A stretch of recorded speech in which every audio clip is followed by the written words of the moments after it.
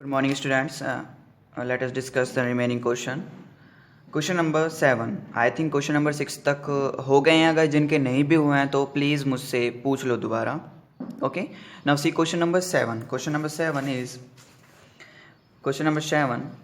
Find the values of A, B, C and D from the equation. This is the equation. और equation from the equation दो matrix है. दो matrix क्या है? Equal है. अगर दो मैट्रिक्स इक्वल हैं तो इनके करेस्पॉन्डिंग एलिमेंट भी इक्वल होंगे. पहले तो इक्वल होने के लिए क्या क्या पता होना चाहिए कि दोनों के ऑर्डर सेम है. ये भी 2/2 का, ये भी 2/2 का. 2 रो 2 लाइन इसमें भी है, 2 रो 2 लाइन इसमें भी है. सॉरी 2 रो 2 कॉलम इसमें भी है, इसमें भी 2 रो 2 कॉलम है. तो करेस्पॉन्ड ऑर्डर सेम है. और अगर इन्होंने दिया है पहले से ही गिवन दिया है, यहाँ पर पहले से ही गिवन क्या दिया है आपको? इक्वल. तो इसके करेस्पॉन्डिंग एलिमेंट सी, करेस्पॉन्डिंग एलिमेंट क्या है? ये एलिमेंट किसके बराबर होना चाहिए? इसके बराबर होना चाहिए. ये एलिमेंट किसके बराबर होना चाहिए? इस एलिमेंट के बराबर होना चाहिए. ये एलिमेंट इस एलिमेंट के, ये एलिमेंट इस एलिमेंट. ये एलिमेंट कौन सा था आपका? A11. कौन सा था? A11. First row first column का एलिमेंट यही है. ऐसे यहाँ पर भी ये कौन सा है? A11. First row first column का एलिमेंट. तो करेस्पॉन्डिंग एलिमेंट बराबर होनी चाहिए. तो देखते हैं, बस निकल गई अब तो वैल्यू.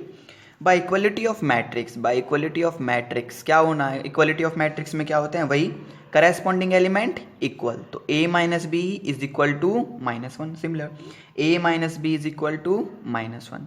ये तो समझ आ रहा है ना करेस्पॉन्डिंग एलिमेंट क्या है? इसका पहला एलिमेंट इस मैट्रिक्स का दूसरी मैट्रिक्स के पहले एलिमेंट के बराबर. अगर इसका हम ये एलिमेंट ले रहे हैं A21, तो वो किसके बराबर होगा? दूसरे मैट्रिक्स के A21 के बराबर ही होगा.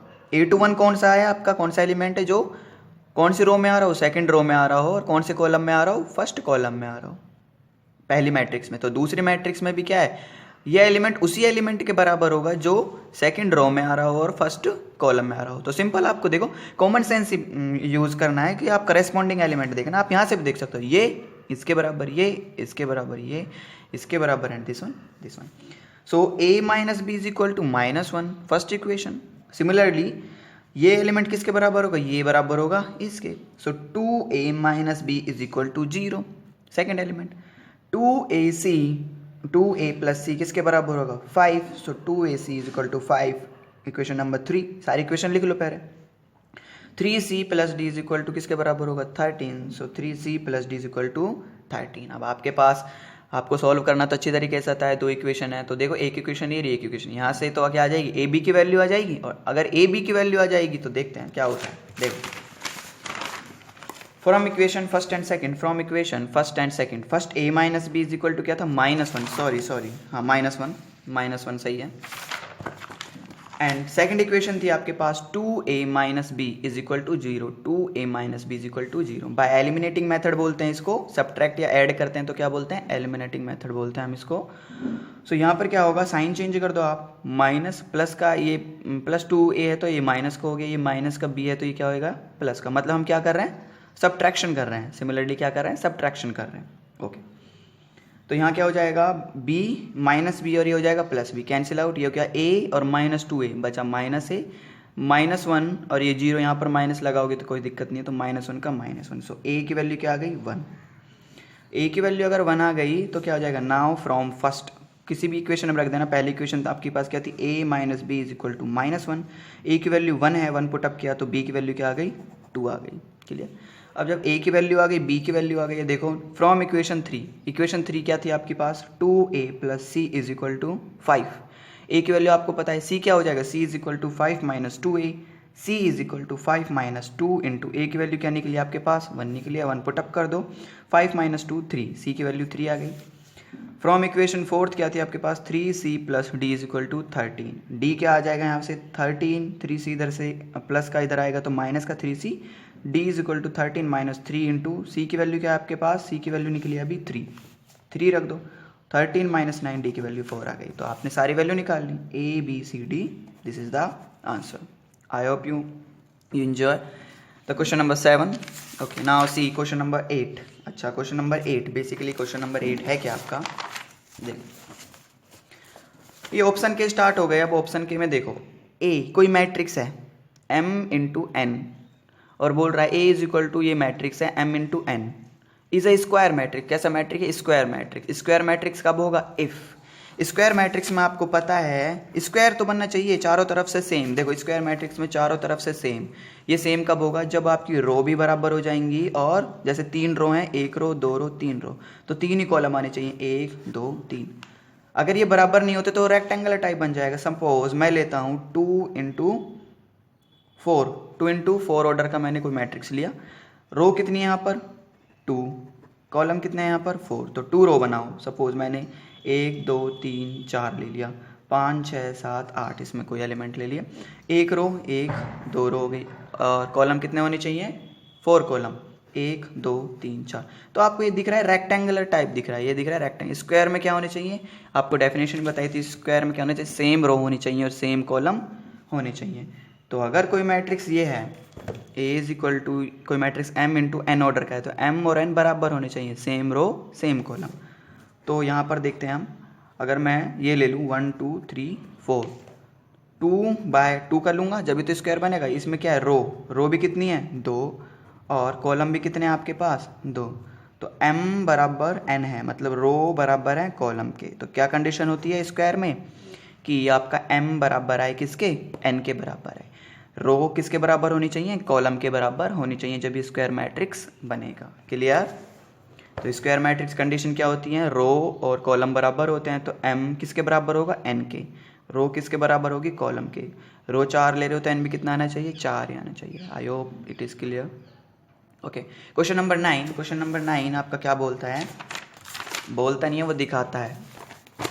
Okay, see Which of the given values of x and y make the following pair of matrix equal? देखो आपको ऑप्शन दिया है कि x और y की किन वैल्यू पर ये आपके ये जो मैट्रिक्स गिवन है ये इक्वल हो जाएगा। हमारे पास 2 मैट्रिक्स है, एक मैट्रिक्स ये है, एक मैट्रिक्स ये है।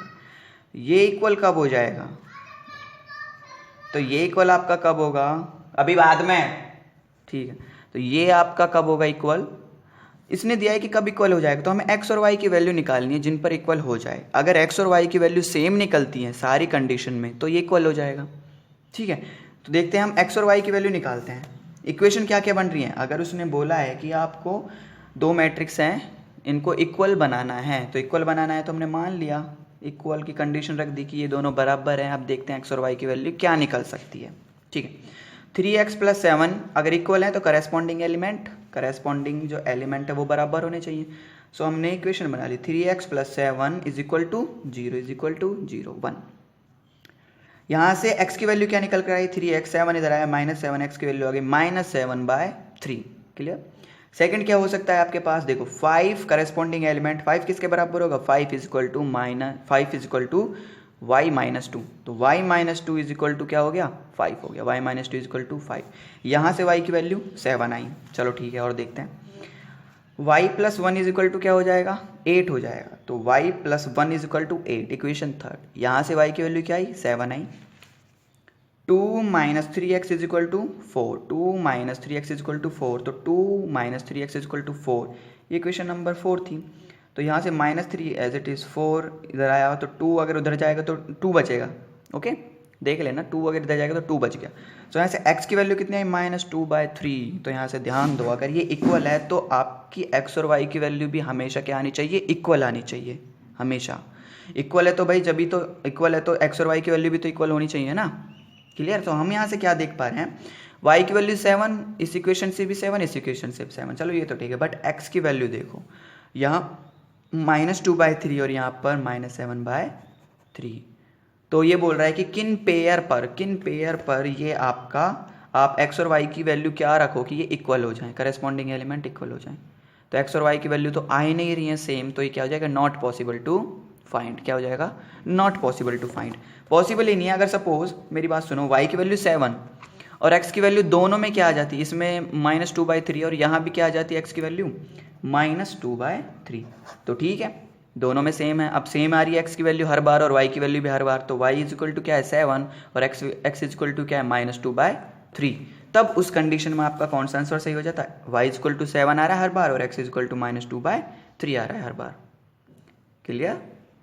Okay, now see question number 10, the number of all possible matrix of order 3 by 3 with each entry 0 और 1 इज। ये कह रहा है कि 3 by 3 विद ईच एंट्री 0 और 1।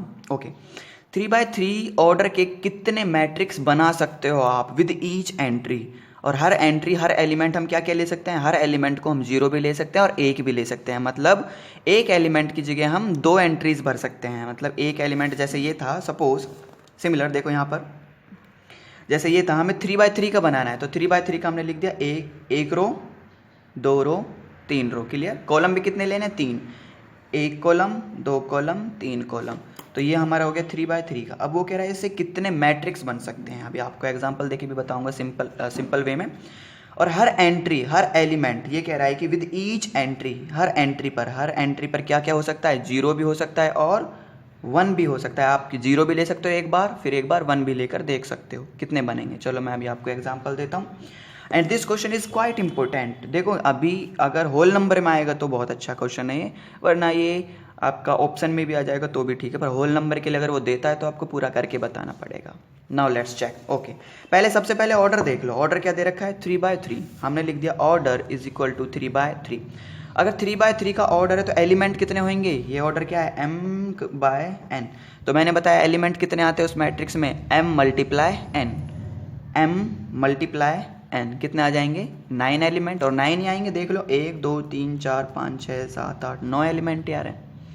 एंट्री कितनी है, वो कह रहा है कि हर एलिमेंट के प्लेस पर आप कितनी एंट्रियां भर सकते हो, 0 भी रख सकते हो और 1 भी रख सकते हो। Sorry, okay.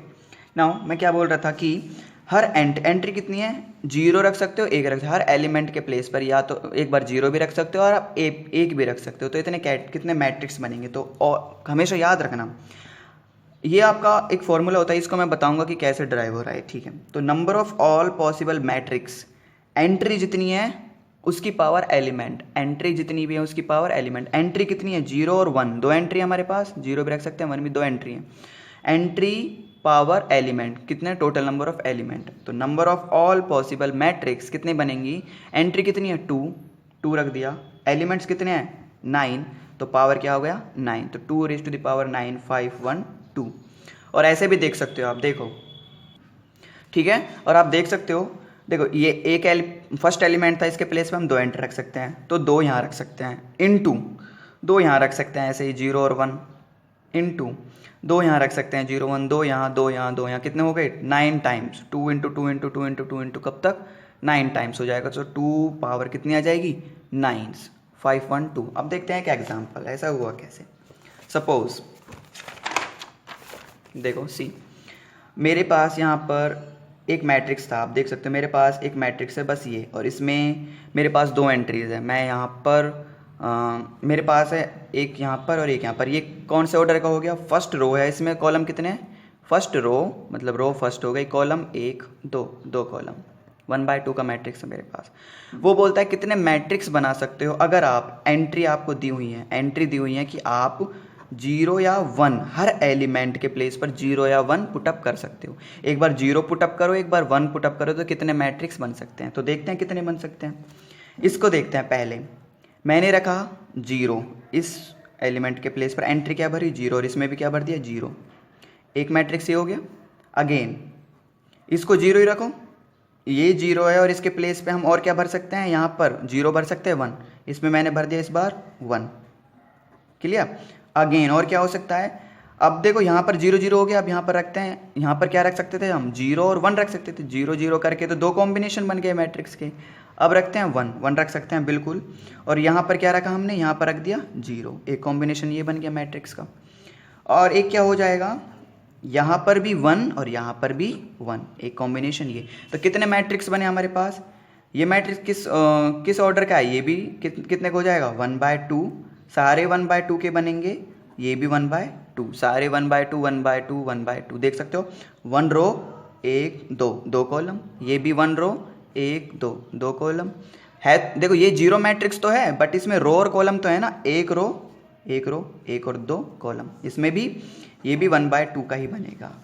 तो 1/2 का हमको बनाना था कि कितने आपके पॉसिबल मैट्रिक्स बन सकते हैं। तो देखो कितने बने 1 2 3 4। कितनी एंट्रीज करनी है हमें? हर एलिमेंट के प्लेस पर जब हम कितनी एंट्रीज पुटअप कर सकते हैं? 0 और 1। 2 एंट्री हमारे पास, 2 एंट्री में आप पहले 0 पुटअप करके देखो, फिर 1 पुटअप करके देखो, ऐसे यहाँ पर पहले 0 फिर 1, और देखो कितने कॉम्बिनेशन बन सकते हैं मैट्रिक्स के। कितने बने? 4। तो सिंपल अगर मैं बोलूँ तो यहाँ से अगर मैं फॉर्मूला, मेरे पास कितने बन गए यहाँ से? 1 2 3 4, ठीक है, 1 2 3 4। तो इसको अगर मैं क्या लिख दूँ, इस एलिमेंट पर कितनी एंट्रीज थी? 2 रख सकते हैं, तो 2 मल्टीप्लाई, इस पर भी कितने रख सकते हैं? 2 मल्टीप्लाई, कितना है टोटल? 4। 4 ही तो आया हमारे पास, 1 2 3 4। और मैं क्या बोल रहा था? एक फॉर्मूला बोल रहा था मैं, एंट्री और power element, entry power element. Entry कितनी है? कितनी एंट्रीज पुटअप कर सकते हैं? 2 एंट्रीज, 0 और 1। तो एंट्रीज कितनी हो गई? 2।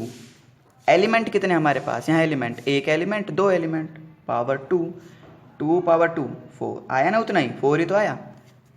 I hope it is clear. Okay, now the option is 5.2 is clear. Your 3.1 has completed. Now we further proceed for the 3.2 exercise and concept and consult. देखते हैं कि हम उसमें थोड़ा सा बेसिक से आपका ऑपरेशन ऑफ मैट्रिक्स जैसे चलेगा। ऑपरेशन ऑफ मैट्रिक्स आपका क्या होता है? चलो आपको थोड़ा सा ही होमवर्क करना पड़ेगा, ज़्यादा नहीं है।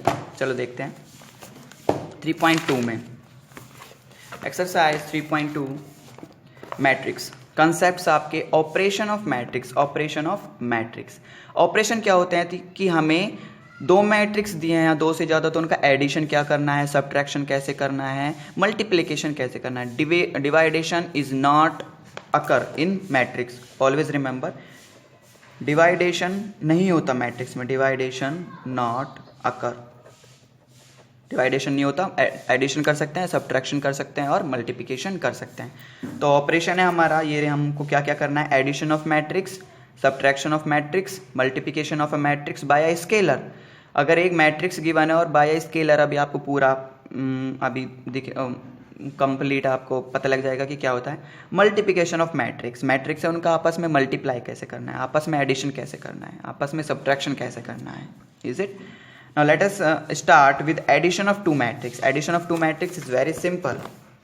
Remember, 2 मैट्रिक्स है हमारे पास और हमें एडिशन करना है। इस एग्जांपल से आपको कंप्लीट समझ आ जाएगा। सो 2 मैट्रिक्स, और कंडीशन क्या होनी चाहिए? 2 matrix have to be of the same order.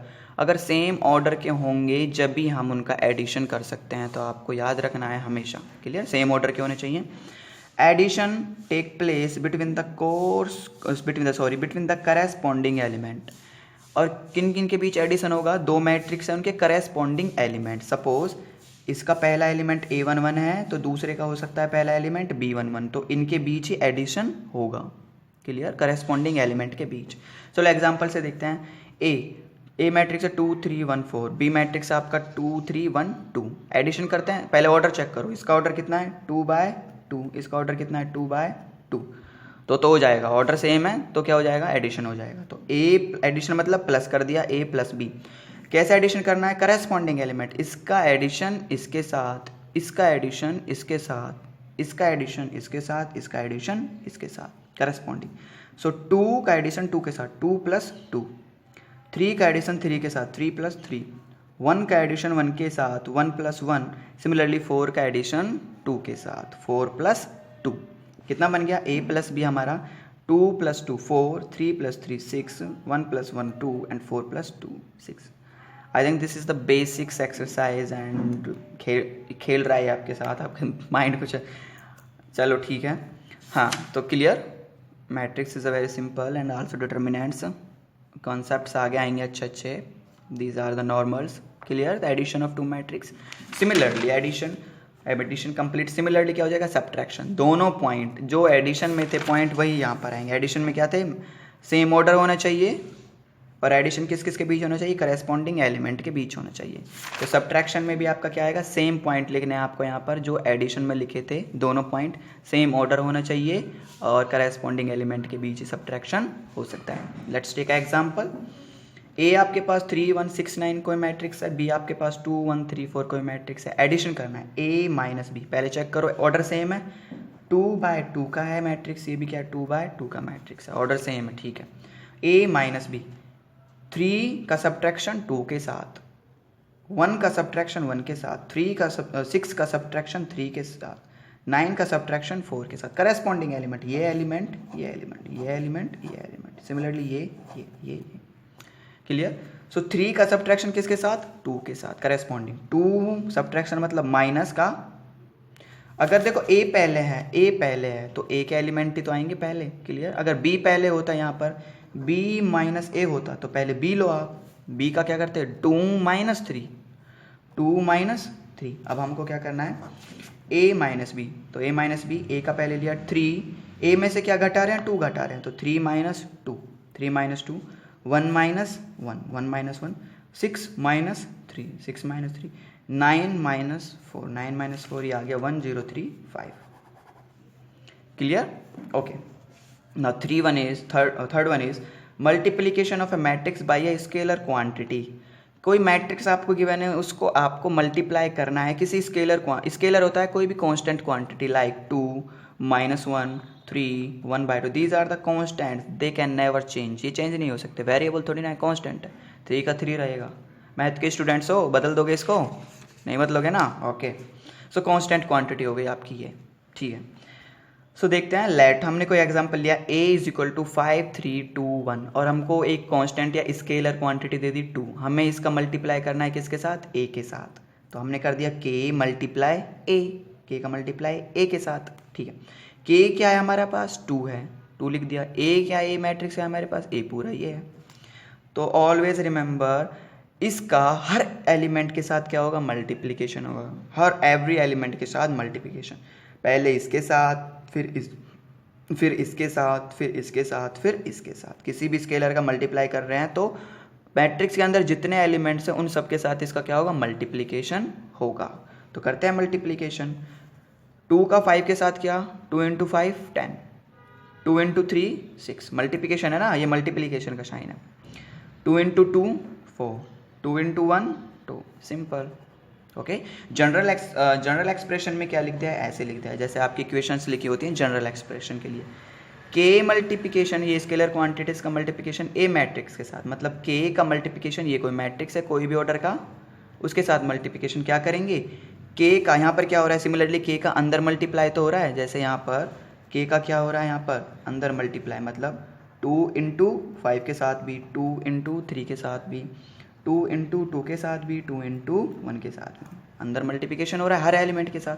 तो क्या लिख दिया, k का अंदर मल्टीप्लिकेशन कर दिया, मैट्रिक्स के ये क्या है, k का मल्टीप्लिकेशन हर एलिमेंट के साथ कर दिया, इस मैट्रिक्स के अंदर, हर मैट्रिक्स के साथ अंदर मल्टीप्लिकेशन कर दिया, ऐसे अंदर मल्टीप्लिकेशन करके दिखा दिया जनरल एक्सप्रेशन में, okay. Now the last one, not last one but negative of a matrix, negative of a matrix, negative क्या होता है, कोई मैट्रिक्स गिवन है, आप उसका माइनस साइन आगे ले लो, माइनस लगा दो, सपोज कोई नंबर 8 है, इसका नेगेटिव क्या हो जाएगा, -8, सिमिलर कोई मैट्रिक्स ए है, उसका नेगेटिव क्या हो जाएगा, -a, okay. If we have a matrix A, हमारे पास ए मैट्रिक्स है, then negative of A matrix, तो ए मैट्रिक्स का नेगेटिव क्या होगा, ए मैट्रिक्स का जो नेगेटिव है वो डिनोटेड बाय -a, तो अगर मैं क्या लिख सकता हूँ, -a, मतलब a में किसका मल्टीप्लाई कर रहे हैं, -1 का, ठीक है। तो -1 का मल्टीप्लाई a में -1 का मल्टीप्लाई किया तो -a बन गया। एग्जाम्पल से चेक करते हैं, a = हमारे पास ये है, तो इसका माइनस अगर हमें लेना है तो -a, मतलब मैं क्या कर रहा हूँ, सिंपल माइनस का मल्टीप्लिकेशन कर रहा हूँ a मैट्रिक्स के साथ, तो -a as it is, matrix क्या है आपके पास, ये कंप्लीट है, सो -1 साइन का हर, अब मल्टीप्लिकेशन वाला ही आ गया ना, स्केलर क्वांटिटी वाला ही आ गया, आप देख सकते हो, तो ये कि स्केलर ही है। पर आपको सिंपल एक नॉर्मल सा सेंस लगाना, अगर नेगेटिव पूछ रहा है तो हर एलिमेंट में माइनस साइन का नेगेटिव बना दो, हर एलिमेंट को क्या बना दो, नेगेटिव। सो -1 का इसके साथ भी मल्टीप्लिकेशन, इसके साथ इसके साथ इसके साथ, तो क्या हो जाएगा, माइनस से आपका क्या निकल कर आएगा, -1 का इसके साथ -3 -2 -1 -5, हर किसी के साथ मल्टीप्लिकेशन किया, -1 × -1 × 3 -3 -1 × 2 -2, या फिर -1 × 1 -1 × 5 -5, क्लियर, ओके।